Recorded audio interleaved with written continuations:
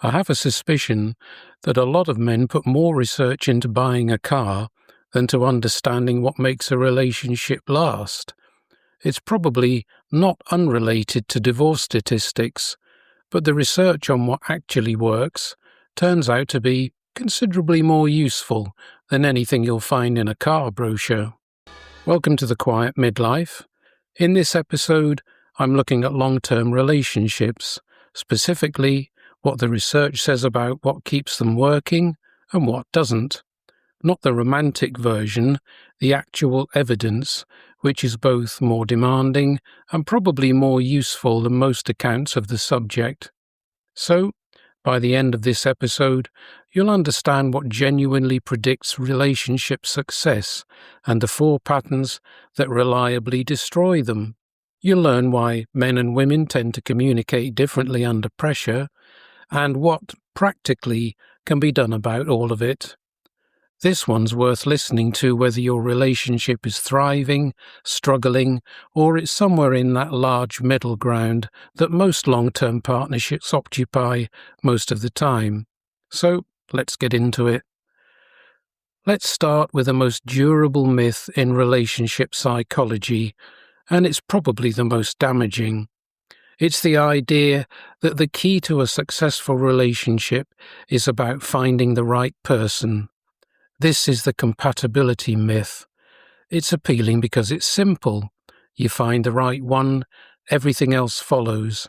If it doesn't follow, if the relationship's difficult or unfulfilling, or if it stopped working in some significant way, well, you've picked a wrong un.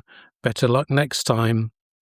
The framing isn't just wrong, it's actively unhelpful, because it positions relationship failure as a matching problem rather than a skill problem. All skill problems can be addressed, but matching problems, well, they can only be escaped from. The psychologist John Gottman spent decades studying couples in his laboratory at the University of Washington. He measured everything: physiological stress responses, facial micro-expressions, the precise ratio of positive to negative interactions, and his conclusion, arrived at after studying thousands of couples over many years, was unambiguous. What predicts relationship success is not who you choose, it's how you behave. Specifically, how you handle conflict, how you respond to your partner's attempt to connect, whether you maintain a basic orientation of goodwill towards each other, even when things are difficult. As we know, every long-term relationship will, at some point or points, be difficult. The couples who last aren't the ones who avoided the difficulty, they're the ones who develop better ways of handling it. Now, Gottman's research identified 4 patterns of behavior that predict relationship breakdown with such consistency that he called them the 4 horsemen. And they're worth knowing about because most men, I suppose, if they're really honest, will recognize at least one of them in themselves. The first is criticism. Criticism's different from complaint. Complaint addresses a specific behavior such as, you forgot to call me, you forgot to pick up the shopping. Criticism attacks character. You never think about anyone but yourself. Now that distinction matters because attacks on character trigger defensiveness rather than the conversation you actually need to have. The second is contempt, probably the most corrosive of the 4. Contempt involves treating your partner with disdain, everything from eye-rolling, sarcasm used as a weapon, mockery, with a general message being that you find them somehow beneath you. Contempt is what happens when accumulated resentment curdles. It's extremely difficult to recover from because it signals not just frustration, but a fundamental disrespect. Gottman identifies contempt as the single strongest predictor of relationship breakdown. If you're doing it, and most people who are doing it don't fully register that they are, it's worth taking seriously. The third is defensiveness. Defensiveness presents itself as self-protection, but it functions as escalation. When a partner raises a concern and the response is a counterattack or a flat denial of responsibility, the original issue doesn't get resolved, it just gets added to the pile. Men tend to be somewhat more prone to defensiveness than women, partly temperamental, partly the product of having been socialized to treat criticism as an attack on their status. The fourth is stonewalling. Stonewalling's about withdrawing from the conversation entirely, storming out of the room, going silent. This is also more common in men, and it's something worth understanding. Research shows that men's heart rate actually escalates more quickly during relationship conflict than women's. Stonewalling is a frequently genuine attempt to regulate physiological arousal. It's not necessarily a deliberate power play at that point. The problem is, to the person on the receiving end, it looks indistinguishable from not caring.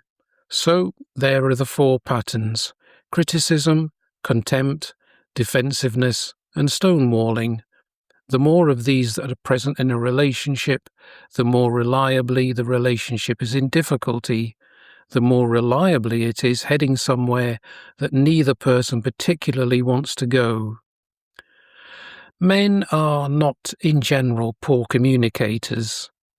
Men communicate perfectly well in most contexts, at work, with friends, and in situations where the rules are clear and the stakes feel manageable. What many men find genuinely difficult is the kind of communication that long-term relationships require. Disclosing vulnerability, staying present during emotional conversations, and tolerating discussions that don't have a clean resolution. It's the predictable consequence of decades of socialization that discouraged exactly these skills. The man who goes quiet when his partner raises a difficult topic isn't necessarily indifferent. He may simply have no particular map for the territory. What the research consistently shows is that emotional responsiveness, which is the capacity to acknowledge a partner's feelings as valid, even when you disagree with their interpretation, is one of the strongest predictors of relationship satisfaction. This isn't about agreeing with everything. It doesn't mean abandoning your own perspective. It means signaling that you've actually heard what was said before you start launching into your own rebuttal. It's a seemingly small thing, which turns out to be not so small at all. And the practical question worth reflecting on is this: when your partner raises something difficult, what's your first instinct? Is it to listen, or is it to respond? For most men, it's to respond. It's that shift from responding to listening first that's one of the more significant changes a man can make in the long term, and it costs much less than most men expect. Many long-term relationships don't end with a dramatic rupture. They end, or they become hollowed out, through some kind of gradual disconnection. Two people who were once genuinely interested in each other become polite housemates, the conversations become shallower, the physical affection diminishes. Neither person does anything dramatically wrong, but the relationship just seems to run out of oxygen. In effect, these are bids for connection. They are the small, often unremarkable moments when one partner reaches towards the other, a comment about something on the news, a question about the day, a touch on the arm, an observation about something that's happened.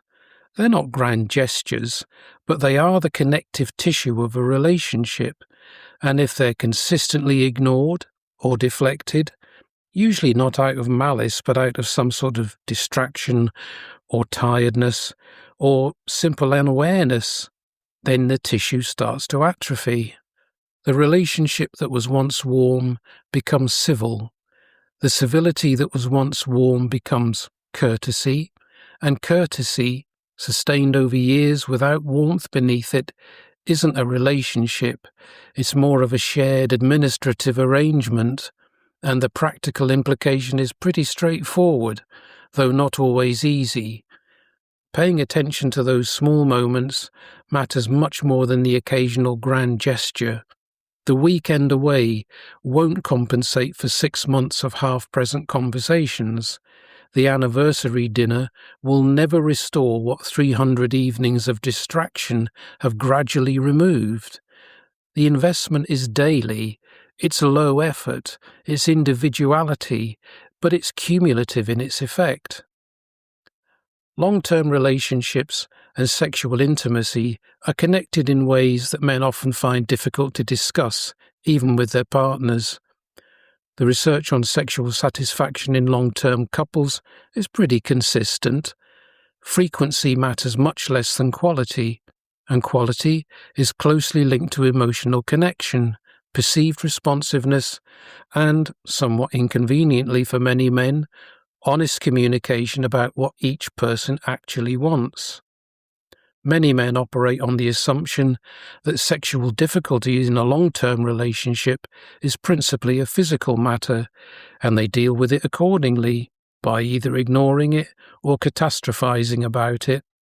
What the evidence more frequently shows is that changes in sexual intimacy are as often relational as they are psychological.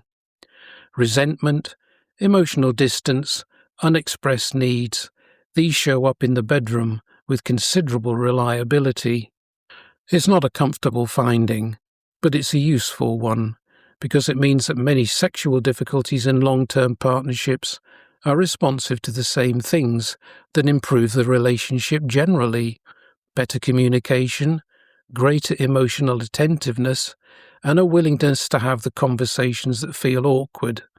The conversations that feel awkward are almost always the ones worth having. Long-term partnerships in midlife and beyond face a distinctive set of pressures that younger couples don't. Children leaving home removes a shared project that may have been quietly holding things together. Career transitions change the balance of identity and stress. Health issues arrive for one or both partners.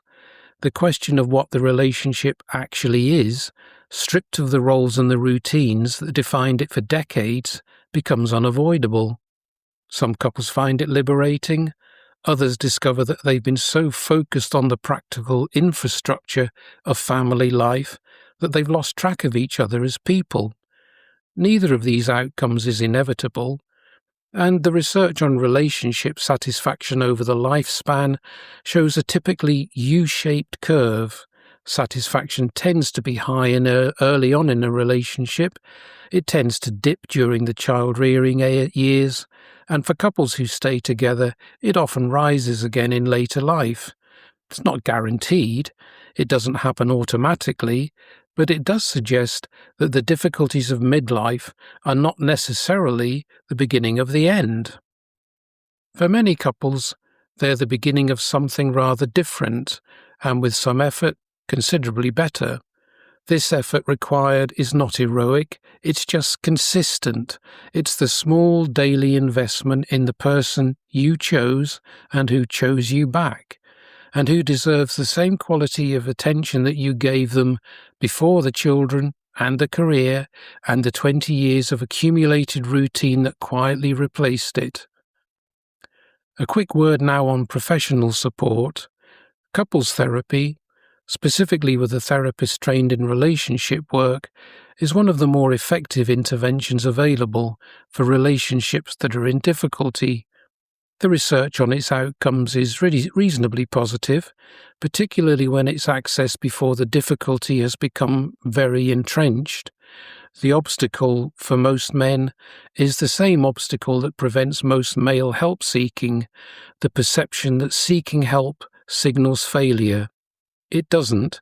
It signals that the relationship matters enough to invest in professional support, and that's a very different message. In the UK, Relate provides relationship counselling with practitioners experienced in exactly that territory. In the US, the American Association for Marriage and Family Therapy provides a therapist directory at aamft.org. And if what this episode has raised goes beyond the relationship, if there's a personal mental health dimension to what you're experiencing, then the resources page at my website, drjerrykennard.com, lists support services in both the UK and the US. I can't really wrap the episode up without tackling an obvious question, which is whether some relationships should end. The research on relationship quality isn't an argument for staying in something damaging, dishonest, or fundamentally incompatible. There are relationships where the four horsemen have been riding roughshod for so long that the damage becomes irreparable, where the honest answer is that two people have changed in different directions and that no longer point in the same way. What the research does argue against is ending relationships primarily because they've just become difficult, or because the initial intensity has faded, or because somebody else looks more appealing from a distance. Difficulty is not evidence of the wrong relationship. Faded intensity is normal. The person who looks more appealing from a distance will, at closer range, turn out to be complicated in a whole host of other ways. They'll have their own set of needs, their own habits, and their own four horsemen. The couples who do best in the long run tend to share one quality above all others. They treat the relationship as something worth investing in, rather than something that should work without any effort. That's much less romantic than the compatibility myth, but it's also considerably more useful. And usefulness, as anyone who's been paying attention to this podcast will have gathered by now, is what we're here for. Long-term relationships, then, in the end, are not a destination. They're more a kind of practice. It's the practice of choosing someone, repeatedly, in the small daily decisions